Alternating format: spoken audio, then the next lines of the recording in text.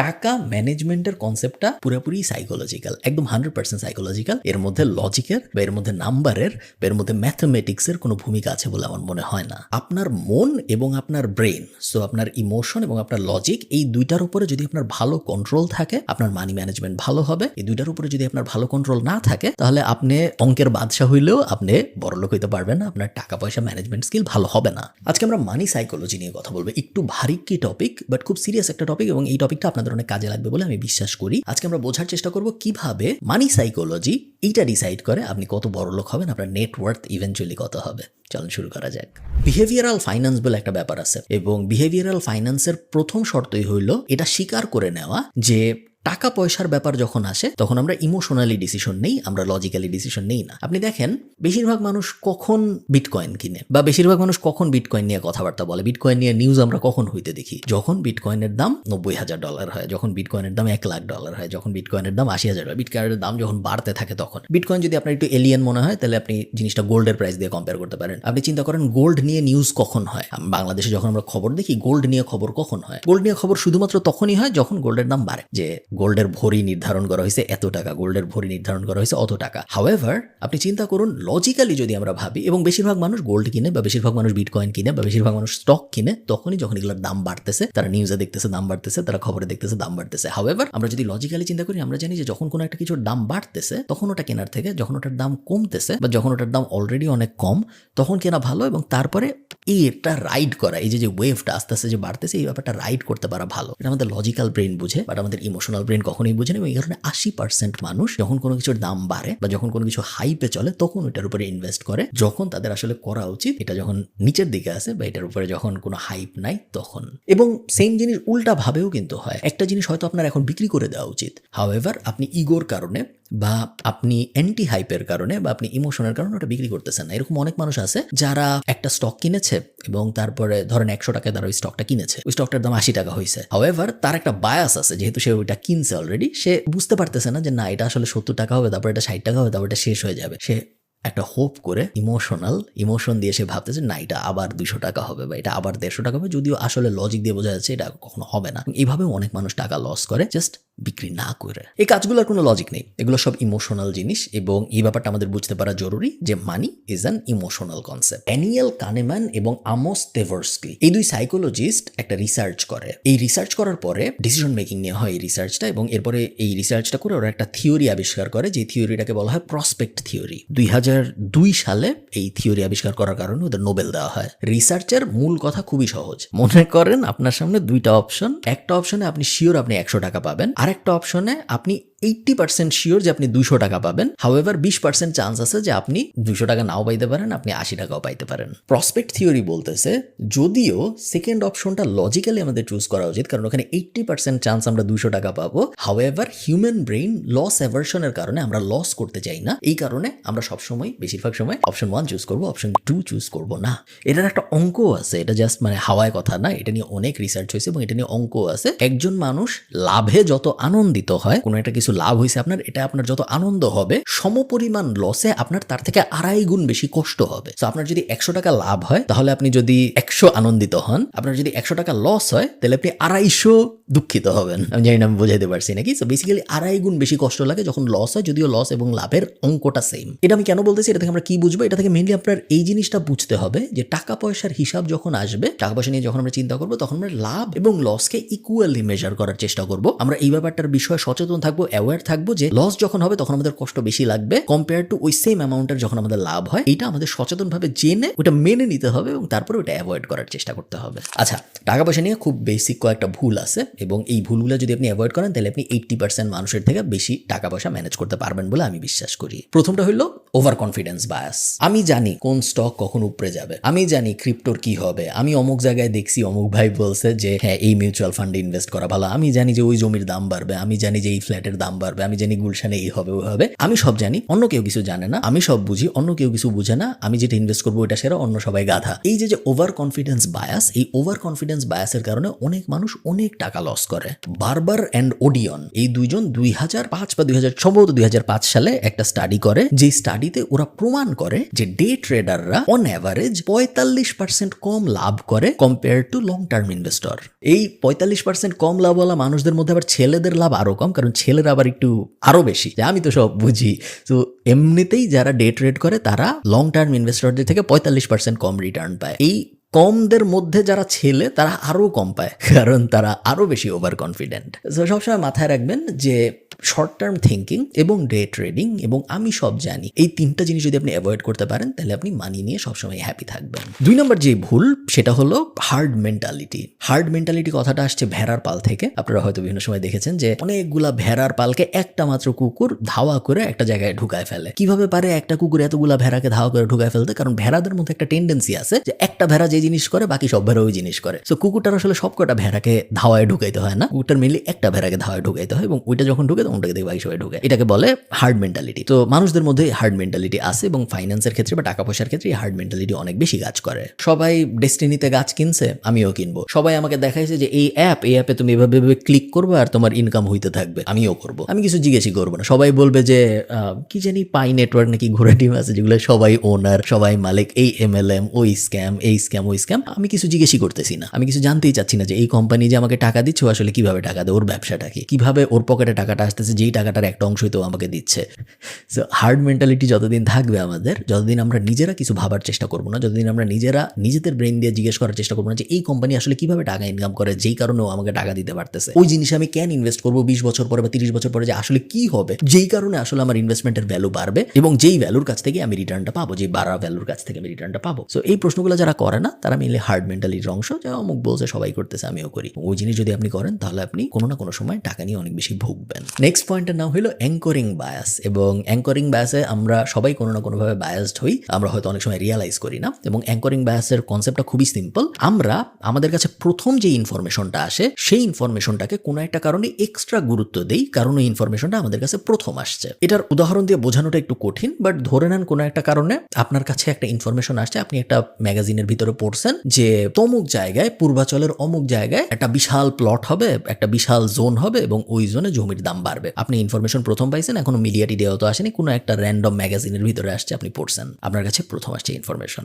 এখন আপনি ইনফরমেশন 10 জন বন্ধুকে বললেন, সবাই বললো হ্যাঁ তুই এটা কিভাবে জানলি, তুমি এটা কিভাবে জানলা? আপনি বললেন যে হ্যাঁ এটা তো আমি এমন একটা ম্যাগাজিনে পড়ছি, এটা এখনো পাবলিক নলেজ না, এটা মাত্র আমাকে একজন বলছে, আমি গোপনভাবে জানি, এটা এখনো সবাই জানে না। এরপরে ধরেন আরো অনেক নিউজ আসা শুরু হইলো যে না ওই এলাকায় আসলে এটা হবে না, না ওই এলাকায় সমস্যা আছে, না এই এলাকায় সমস্যা আছে, না ওই এলাকায় অপরাধ বেড়ে গেছে, অনেক প্রবলেম চলে আসলো। হাউএভার আপনি যে প্রথম ইনফরমেশনটা, ওটা যেহেতু আপনার কাছে প্রথমে আসছে এবং অন্য কারো কাছে আসেনি, এবং ওই ইনফরমেশনটার কারণে আপনার যে একটুখানি ইগো বাড়ছে বন্ধুদের মধ্যে বা বাকি সবার মধ্যে, এই কারণে ওই ইনফরমেশনটাকে আপনি আলাদাভাবে মূল্যায়িত করেন বাকি সব ইনফরমেশন বাদ দিয়ে। সো দিন শেষে কিন্তু দুইটাই ইনফরমেশন, অমুক জায়গায় জমির দাম বাড়বে, অমুক জায়গায় ক্রাইম বাড়তেছে, দুইটাই নিউজ, দুইটাই হয়তো আপনি একটা ম্যাগাজিনে পড়ছেন বা টিভিতে দেখছেন, বাট এই ইনফরমেশনটা প্রথমে আসছে দেখে আপনার কাছে এই ইনফরমেশনের দাম বেশি, পরে আসছে দেখে এটার দাম আপনার কাছে কম। অ্যাঙ্করিং বায়াস খুব ভয়ঙ্কর খারাপ জিনিস।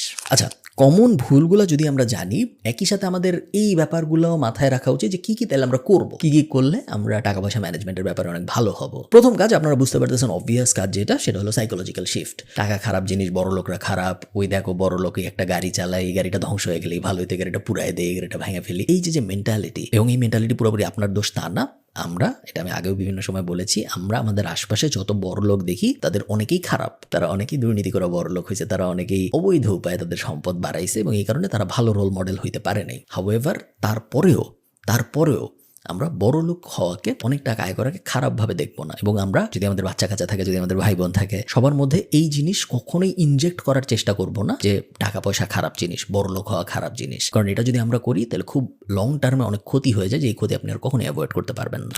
লেফটিস্ট মাইন্ডসেট বলে একটা কথা আছে, এটা এই ভিডিওর আলোচনার একটু বাইরে চলে যাচ্ছে, বাট তারপরে আমি বলি যে লেফটিস্ট মাইন্ডসেটের একটা ব্যাপার আছে। আপনি দেখবেন আমেরিকান পলিটিক্স যারা ফলো করেন, বার্নি স্যান্ডার্সের পলিসি যদি আপনি দেখেন, বা লেফটে যারা আছে তাদের পলিসি যদি আপনারা দেখেন, আপনারা এই ব্যাপারটা খেয়াল করবেন যে ট্যাক্স দ্য রিচ, যারা বড় লোক তাদের অনেক ট্যাক্স দিতে হবে, যারা গরিব তারা কোনো ট্যাক্স দিবে না, তারা বসে বসে খাবে। এরকম একটা কনসেপ্ট নিয়ে কিন্তু ওয়েস্টে স্পেশালি নর্থ আমেরিকায় রেগুলারলি ডিবেট হয়। এবং আপনি জিনিসটা একটু চিন্তা করেন, একজন জেফ বেজোস যদি পৃথিবীতে না থাকতো তাহলে কি হইতো? একজন জেফ বেজোস যদি পৃথিবীতে না থাকতো, অ্যামাজনে 4 লাখ বা 5 লাখ মানুষ হয়তো কাজ করে, এই 4 বা 5 লাখ এমপ্লয়মেন্ট থাকতো না। সো 4 বা 5 লাখ জব না থাকলে কি হয়? 4 বা 5 লাখ জব না থাকার মানে হইলো এই 5 লাখ মানুষ, যে 5 লাখ মানুষ অ্যামাজন থেকে প্রত্যেক মাসে বেতন পাচ্ছে, এই 5 লাখ মানুষ তো বেতন নিয়ে বালিশের নিচে রেখে দেয় না। এই 5 লাখ মানুষ এই বেতন নিয়ে খাবার কিনে, স্কুলের বেতন দেয়, ঘরের বিভিন্ন জিনিসপত্র কিনে, সিনেমা দেখে, ইত্যাদি ইত্যাদি। সো এই টাকাগুলা কিন্তু আবার সার্কুলেট হয়, টাকাগুলো আবার ইকোনমিতে চলে যায় এবং এটা জিডিপিকে বাড়ায়। সো এই 5 লাখ মানুষকে যে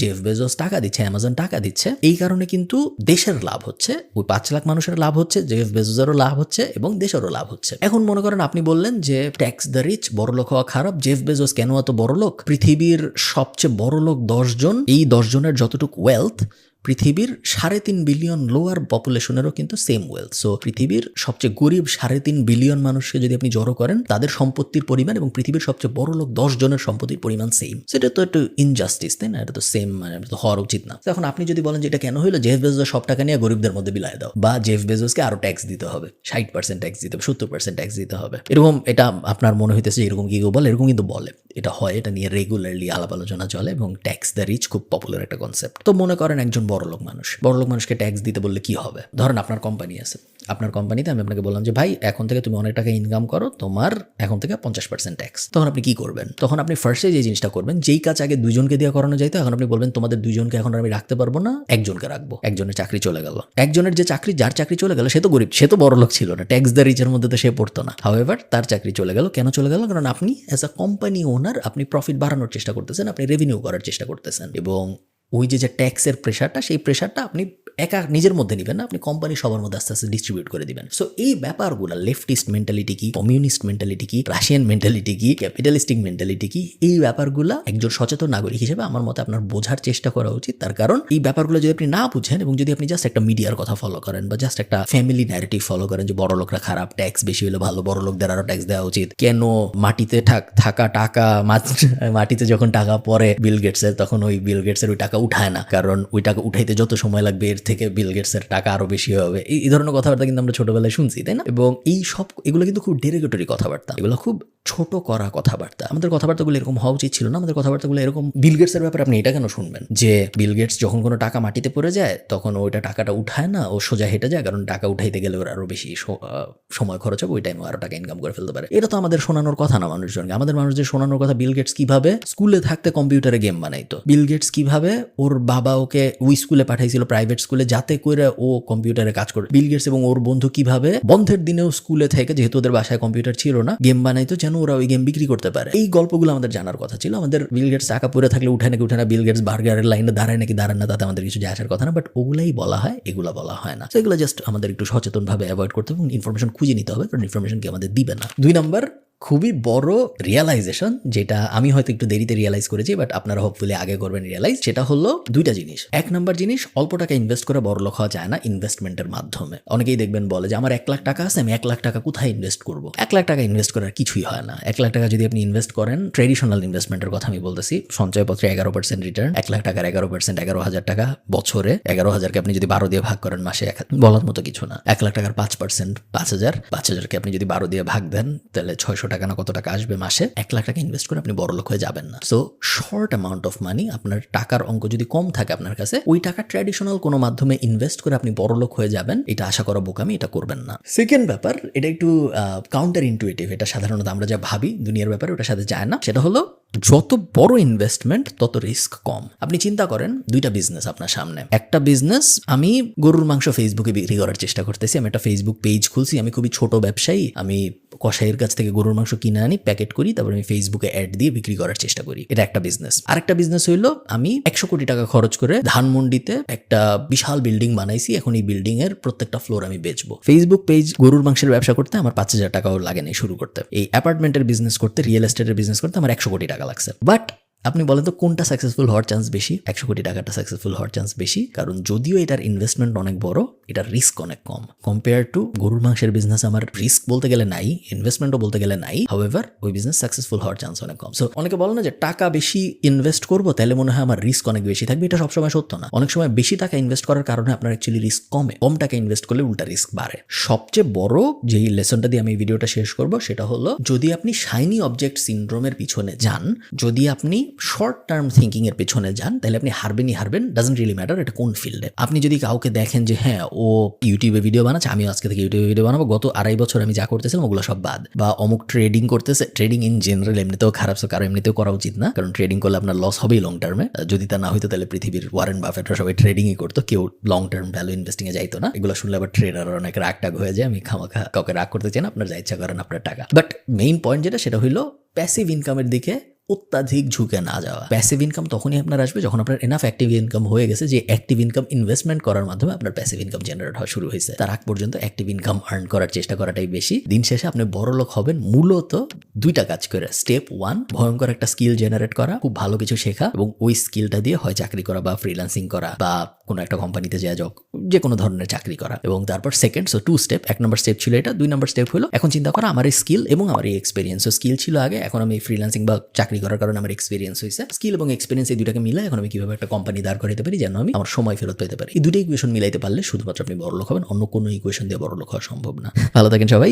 একটু অদ্ভুত হয়েছে ভিডিওটা আমি জানি, বাট এই মানি কনসেপ্টগুলো না আমি চাই আরো বেশি মানুষ শিখুক এবং বা জানুক, শিখুক বলাটা একটু স্ট্রং হয়ে যাবে। এগুলো সবকিছুই আমি অনেক ঠেকে শিখেছি এবং আমি চাই আমাকে যারা আমার ভিডিও যারা দেখেন তাদের জন্য অত ঠেকে শিখতে না হয়। এবং আমি চাই মাঝে মধ্যে আরো একটু কমপ্লিকেটেড টপিকের উপরে ভিডিও করতে। আমার ইউটিউব চ্যানেলটা যেহেতু অনেক বড়, এটা আমি এই ভিডিও শেষ পর্যন্ত সাধারণত অনেক মানুষ দেখে না, এই কারণে আমি ভিডিও শেষের দিকে সেই আলাপটা করতেছি। আমার ইউটিউব চ্যানেল যেহেতু এখন অনেক বড়, আমি বাংলাদেশের সবচেয়ে বড় business channel, personally run business channel, even professionally run business চ্যানেলদের মধ্যে আপনি বলতে পারেন বাংলাদেশের সবচেয়ে বড় বিজনেস চ্যানেলগুলোর একটা। তো সমস্যা যেটা হয় সেটা হলো অনেক টপিক আছে যেগুলো নিয়ে আমি আলাপ করতে চাই, বাট এগুলো নিয়ে আলাপ করলে এগুলো এত নিশ টপিক, এগুলো এত ক্ষুদ্র টপিক যে এগুলো নিয়ে আলাপ করলে অনেক বড় একটা অংশের মানুষের জন্য এগুলো রেলেভেন্ট না। যেমন ধরেন আপনার বাংলাদেশে কর্পোরেট ট্যাক্স 25%, দুবাইয়ে কর্পোরেট ট্যাক্স 9%, দুবাইয়ে পার্সোনাল ট্যাক্স 0%, বাংলাদেশে প্রথম 3.5 লাখ টাকায় পার্সোনাল ট্যাক্স 0%, তারপরে পার্সোনাল ট্যাক্স বাড়ে আস্তে আস্তে। সো কোন সময় আপনার কোম্পানিটা বাংলাদেশ থেকে শিফট করে দুবাই বা সিঙ্গাপুরে নিয়ে যাওয়া উচিত, বা আদৌ নিয়ে যাওয়া উচিত নাকি? আমি আয়ারল্যান্ড থাকি, সো আমার কি আসলে আয়ারল্যান্ডের ট্যাক্স ভার্সেস পানামার ট্যাক্স ভার্সেস মায়ামির ট্যাক্স ভার্সেস দুবাই ট্যাক্স, এইসব ব্যাপার নিয়ে আমি বিভিন্ন সময় চিন্তা করি যে আমি ভিডিও বানাবো, আবার শেষ পর্যন্ত আর বানাই না, কারণ আমি জানি বানাইলে 5-10 হাজার মানুষ হয়তো দেখবে, তারপর হয়তো আর দেখবে না। আর বেশিরভাগ মানুষেরই এত ক্ষুদ্র তো নিশ টপিকে আগ্রহ থাকে না। যাক, ভালো থাকেন সবাই। টাকা পয়সা নিয়ে কথা বললাম, আশা করি সবাই ভালো আছেন এবং আপনাদের সাথে আমার দেখা হবে পরের ভিডিওতে। ভিডিওটা ভালো লাগলে আমাকে অবশ্যই কমেন্টে জানাবেন। তারা